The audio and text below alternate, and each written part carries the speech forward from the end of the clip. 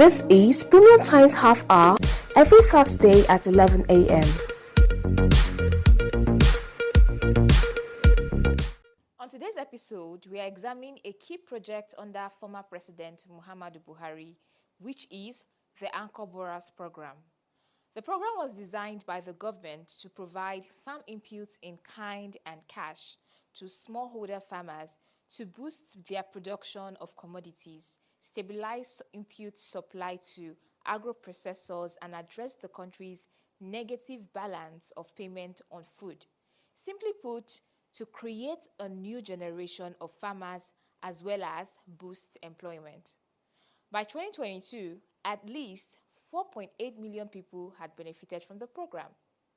Now, there are discrepancies as to the real amount in which the farmers have repaid back to the government. In a recent report on Nigeria, the International Monetary Fund said only 24% of loans. The Central Bank of Nigeria, on the other hand, disagreed, saying 503 billion naira of loans under the program had been repaid. Meanwhile, the Central Bank of Nigeria said it's released 1.079 trillion naira under the program. Now, the crux of the report published by Premium Times is that there's been a default in repayment of the loan, and of course, we're going to spotlight it in this podcast. I'm with Premium Times' correspondent, Kabiru Yusuf, who went on the field to Kebbi State to find out why farmers are yet to pay the loan. And he's here with me to share his findings. I'm Titi Lokwe Fadare, and welcome to Premium Times Half Hour. This is Premium Times Half Hour every Thursday at 11 a.m. On this podcast show, we discuss important issues and matters of national importance. Premium Times is Nigeria's leading investigative and accountability platform, and we bring this show to you weekly as part of our mandate of providing the information you need to make informed decisions. The show spotlights exclusive reports produced by Premium Times reporters, from in-depth investigations and unique analysis to human angle stories. Before we delve into today's discussion, I will be sharing some very interesting stories that were published during the week. The first is an editorial titled West Africa and the Cost of Living Crisis. The report noted that the COVID-19 pandemic had extensive consequences on economies around the world, West Africa and Nigeria inclusive. It asked the new government to implement measures to improve access to credit, especially for economic actors, lower down the ladder, and should administer it in a manner that is transparent and responsive to market signals. The next special report looked into the state of 14 primary health centers in some local government areas in Ogun State. The findings show that the PHCs are hampered by workforce gaps, poor infrastructure, and lack of basic amenities. The situation is particularly worse for women in rural communities who suffer inadequate access to skilled birth attendants during childbirth. Now, it's interesting to note that the Ogun State government reacted to this report. The third special report that will interest you is on how food security is threatened by the activities of the Biafra secessionists in the southeast Nigeria. You can read up on this report on our website, www.premiumtimesng.com. We'll take a short break, and when we return, we'll continue the conversation on the Anchor Borers program. Stay tuned. News beyond the surface. Investigations that uncover deep secrets. Analysis with thought-provoking perspectives. Reports that focus on human interest. Premium Times, a leading digital news platform, brings you these and more every hour through videos, written and podcast reports. Visit our website on www.premiumtimesng.com and follow us on all social media platforms for timely updates on politics, entertainment, sport and business. Don't miss out. Welcome back. If you're just joining us, this is Premium Times Half Hour, brought to you on Premium Times' podcast. I'm Titi Lokwe Fadare. And I'm with Kabir Yusuf, Premium Times' correspondent, who covered the report on the Anchor Borrowers program and the default in repaying back the loans by the farmers. Kabir, welcome to Premium Times' podcast. I believe this should be your first time on this particular podcast. Yes, this is your first time. Yes, this is my first time. You've not invited me, but this is the first time, and I'm honoring your invitation. Thank you for having me. I should thank you rather. Thank you so much, because what we're talking about today is one report that left me, like, for every part I read, I'm like, what? I'm shocked, I'm laughing, I'm like, what's happening? Do you understand? So thank you for honoring my invitation, and let's dive into the conversation. So um the issue is about, the crux of this report is about the fact that farmers have defaulted in paying back the loan given by the federal government. And now in your report, they mentioned, to me, which I felt like, I felt they were justifiable, because away from this particular project, we have seen several reports. Parents have published several reports on the fact that climate change, the effect of climate change is actually affected agricultural productivity. They also mentioned the fact of insecurity, in the sense that they use proceeds, they give farm produce to the maybe insurgents or bandits. You understand? There's other issues like that. So I want to know, was this not like, was this were these factors not also put into consideration? Because I mean, it's beyond our control. There are already systemic issues on ground. Yeah, thank you, Titi. I mean, these issues you mentioned, they are valid, and that's why we included all these points as part of our report. But then you need to also understand that the Anchor Borrowers program began in 2015, ended in 2015, and what was the situation like in 2015?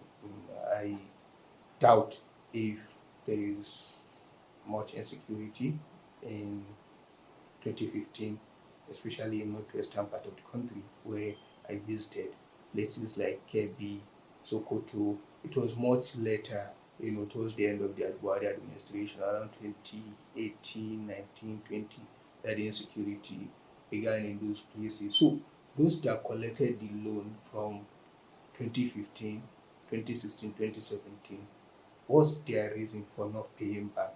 And they've made profit.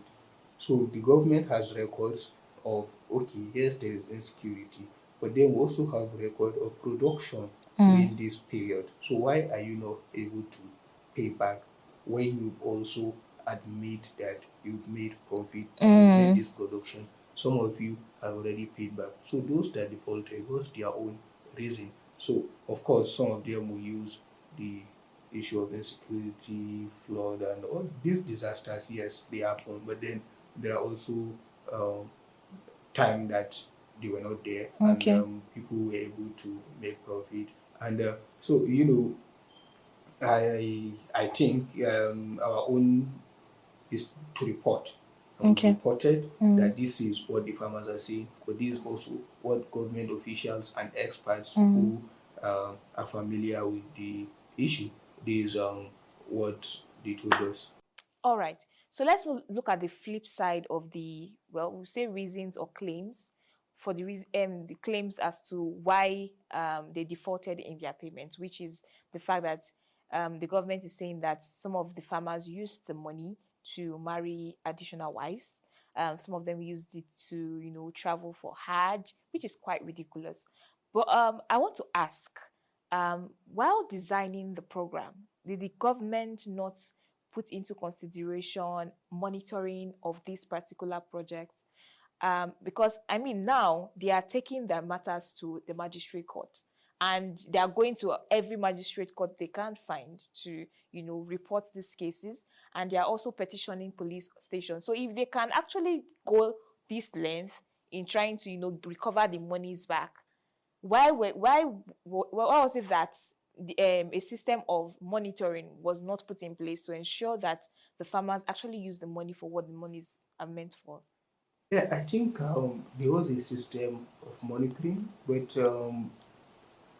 what the government wants is just to state the guidelines that these are the guidelines for this project, and if a farmer or a beneficiary has met that guideline and he is qualified to get that loan and he collected the loan and after farming he made profit, the government cannot tell him what to use his money to do. So this issue is kind of contentious. Why I say that is when I visited KB Sokoto, I met farmers who just returned from Hajj. That's late last month. They just returned from Hajj and they use the proceed of this Ankoboro program to travel for Hajj. But these are farmers that they've paid back the loan and they have made money to travel to Hajj, to take wives, to also invest in other businesses. Do you get? So how are we supposed to say that okay, those ones that have taken second wives are the ones that have not paid back?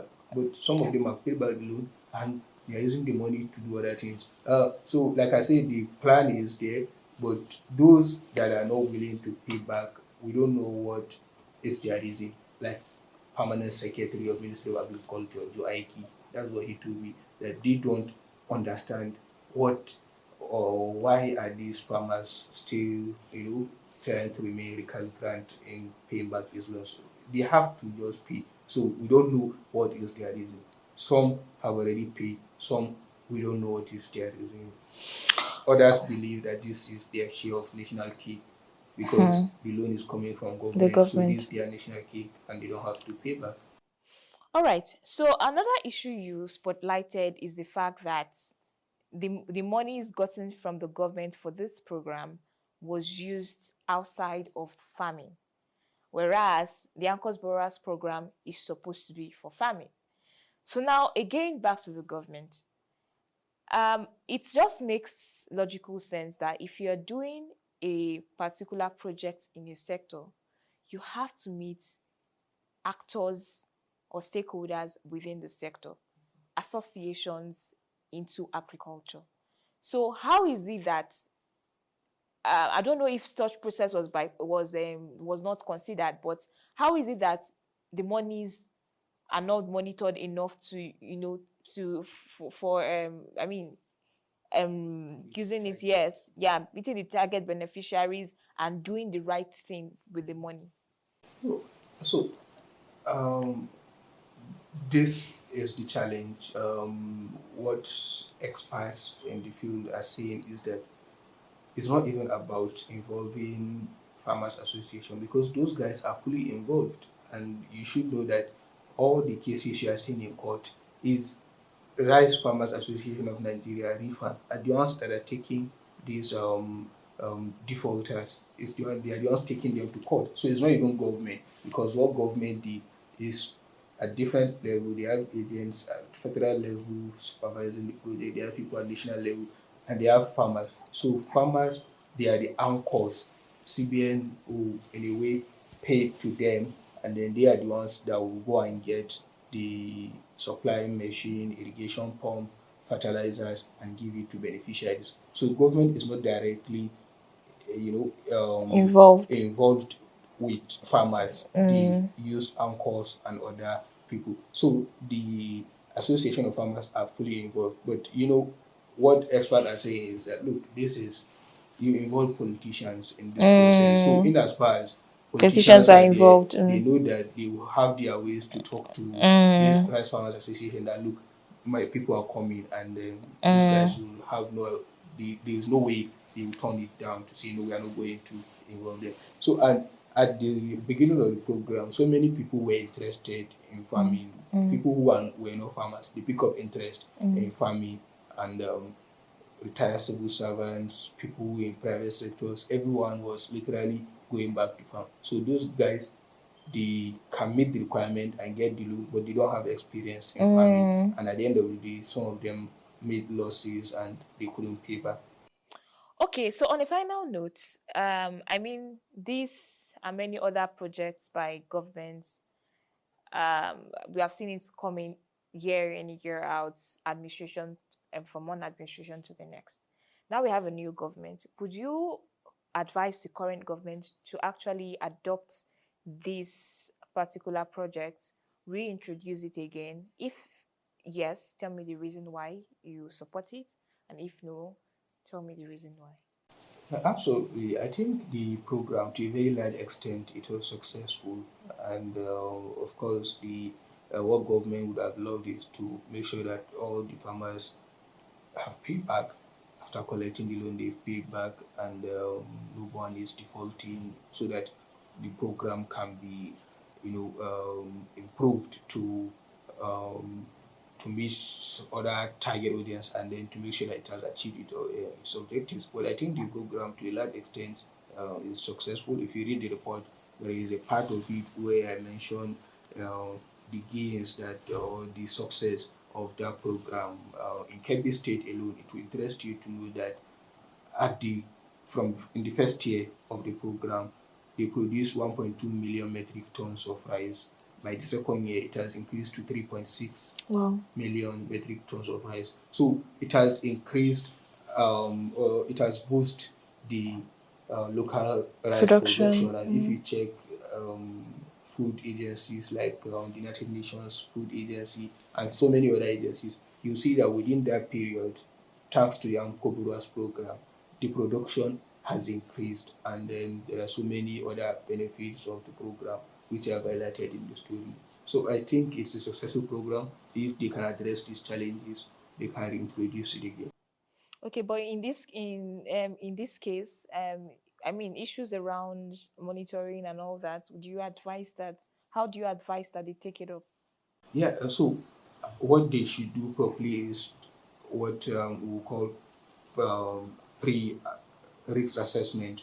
Okay. So what that means is, in any intervention like this, there has to be this need for assessment, and that risk assessment means pre-risk assessment before commencing the project.